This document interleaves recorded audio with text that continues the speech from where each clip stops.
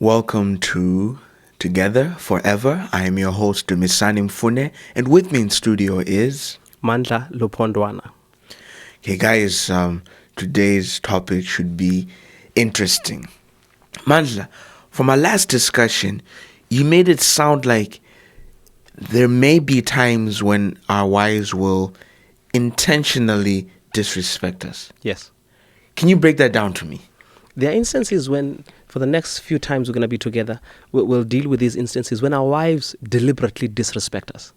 I want us to look at them and I want us to deal with some of them, some of those issues, and see how we can respond, probably how we can prevent it as husbands as well.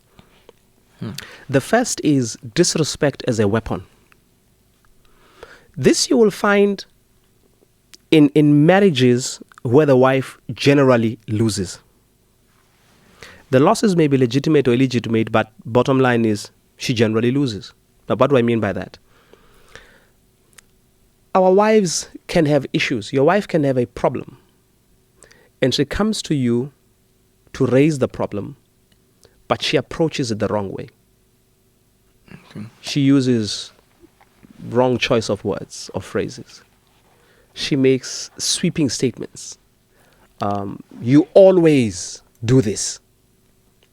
And the moment she makes a statement like this, you always leave me to attend to myself. You never help me out. Now, whenever they make those statements, you always do this, you never do that. The husband quickly jumps onto the always and the never because it's usually not true. When your wife says you never help me, it's not always true. Even for the most chauvinistic man, it's not true, because you'll find that a man from time to time will be in a good mood and help out with something.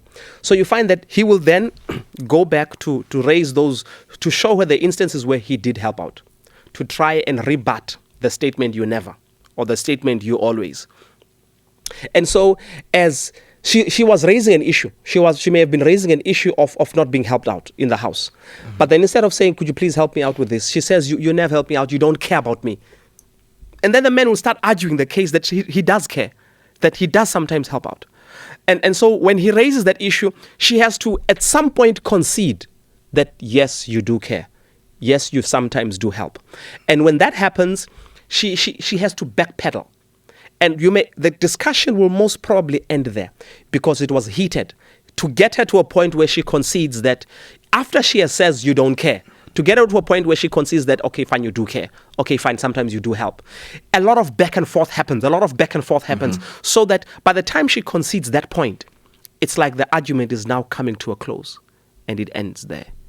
Sometimes you may even require that she withdraw the words she said or apologize for saying that about you. And then she does that. But what happened to the issue that she raised that you were not helping her? The initial issue. Her initial issue was not dealt with. It's still there. It has not been resolved. So she walks away from this discussion, having lost, even though she had a legitimate issue to raise. And then she comes back again, picks up on another issue. And even with that other issue, you will find that she will lose it on presentation. The husband is articulate. The man sometimes is able to put together his thoughts and his phrases and his words correctly. You are able to listen, and your mind just calms down as she goes up the roof and she emotionally presents her case. And sometimes in the heat of the moment, she just messes up the presentation of the point. And the point itself is valid. And we constantly get back to dealing with the presentation. And we win on presentation and they lose. And they walk away. But they walk away feeling they should not have lost. It was an unfair loss. It was an illegitimate loss. And so she realizes that she's constantly losing even though she has legitimate points.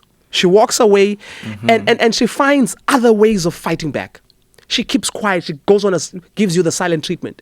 Sometimes she withholds sex. She withholds labor. She decides she was going to sleep. She's not going to cook. She decides she's going to go and visit a friend or a parent and not iron and not do whatever. All of this is her attempt to fight back because she feels she's losing. She's losing and she should not be losing. Mm-hmm. It's just that she's unable to articulate her point. And when she has an opportunity to disrespect you, especially when she knows just how important it is to you, She gives you a dose of it so that you can feel just the way she feels most of the time. And she will find her satisfaction in your fury and in your anger, that how can she disrespect you like this? And you find that she will act like she does not care. And your anger at losing, because the thing is this, she will know that she disrespected you. And you are here explaining to her that she has disrespected you, but she's treating you like she does not care. This way you are now experiencing an illegitimate loss where you have been wronged, but the person who wronged you is not going to apologize. You know, what you said reminds you of this thing. I can't remember where I read it, but it says something to the effect, whoever makes you angry rules you or controls you.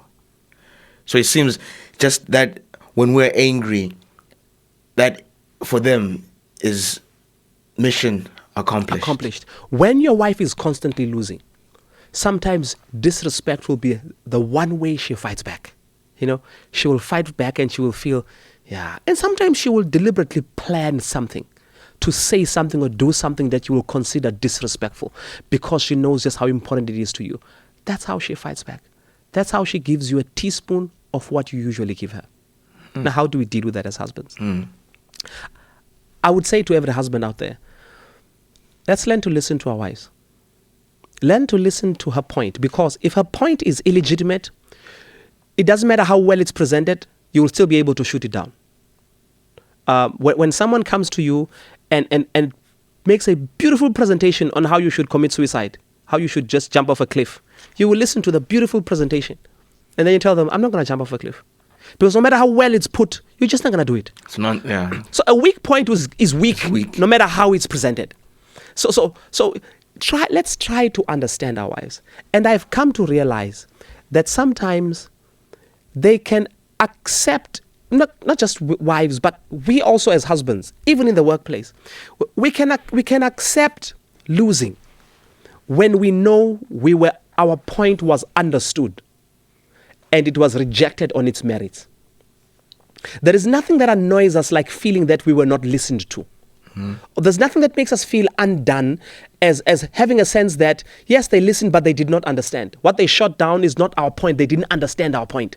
And so the same thing happens with our wives. One of the best ways to avoid them using disrespect as a weapon is to try and understand them. Listen to the point. It may not make sense to you, but try and understand what is it that's so important to her. Try and think the way she thinks. Try and walk with her. And as you ask questions, don't ask questions to shoot down her argument, to shoot down her points. Just try to understand. Before you shoot it down, if you're going to shoot it down, but try to understand. Try to understand. And so when you talk to her, tell her, this is what I think you mean. And once she feels that you understand her, she can accept you disagreeing better. Most of the time I have found that once we understand them, we are able to accommodate their points, their desires, or their fears. I found that as husbands, we are able to find a way to accommodate them. And sometimes we are able to say to them, look, we can't do this now, but can we do A, B, C, D later? And she feels okay. But I've realized nothing helps more than them feeling listened to and understood. When that happens, they don't just lose willy-nilly. They can handle that kind of a loss. And secondly, as husbands, we don't have to win everything. We don't have to win a discussion of which channel to watch. There are some battles that are just not worth winning because we don't want to create someone who is resentful that we are living with. Some things don't matter who wins. It's temporal. It's just about today, just about this hour. What program to watch is not a major battle you can fight and win. And you can let her win sometimes with these issues that are not that important for you to win as a husband. Don't strive to win everything just because you can. And just because as a husband you can push your way and get the final word. Because you do not want a wife that is resentful.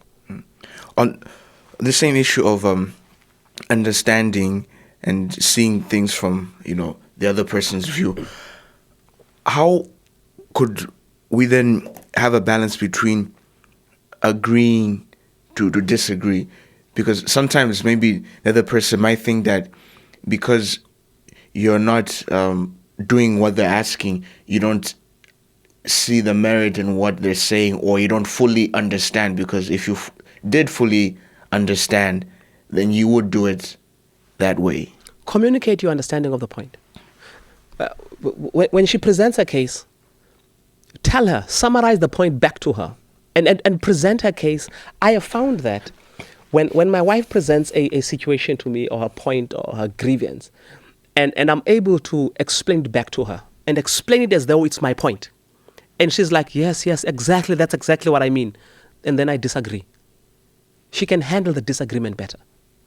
She needs to hear from you that you understand. Okay. And it's not enough for you to say, I understand. She must listen to you, explain her point, and feel, yes, that's it. Then you can disagree. And in those instances, they handled this issue of let's agree to disagree better. Okay. Because it's not like they're being dismissed. They understand that you understand the point, but you think differently. And people generally can handle you thinking differently when you understand their point. But we shouldn't belittle them. We shouldn't mock them. We shouldn't make as if their point are stupid or foolish, or laugh at them. And, all of those things, they add to this feeling of wanting one day to give you a piece of what you've been dishing out to them. So let's listen to our wives. Sometimes you may think the argument is foolish. Don't go around telling her that she's stupid. Don't go around telling her that what she's saying is foolish. Don't go around asking how could you be an adult and think like this? How can you be this and talk like that? Let's not belittle them. Let's not in any way mock them and make them feel stupid. Because when that happens, you are creating someone, a monster that is going to look forward to an opportunity to make you feel as miserable as she feels. And she will one day use disrespect as a weapon to fight back at you. All right. Wow, Mandla, thank you for that. I think it really makes sense. Guys, remember, it's important that we understand each other when we communicate. And as they say, prevention is better than cure. Until next time, I'm Dumisani Mfune. And I'm Mandla Lupondwana. Thank you.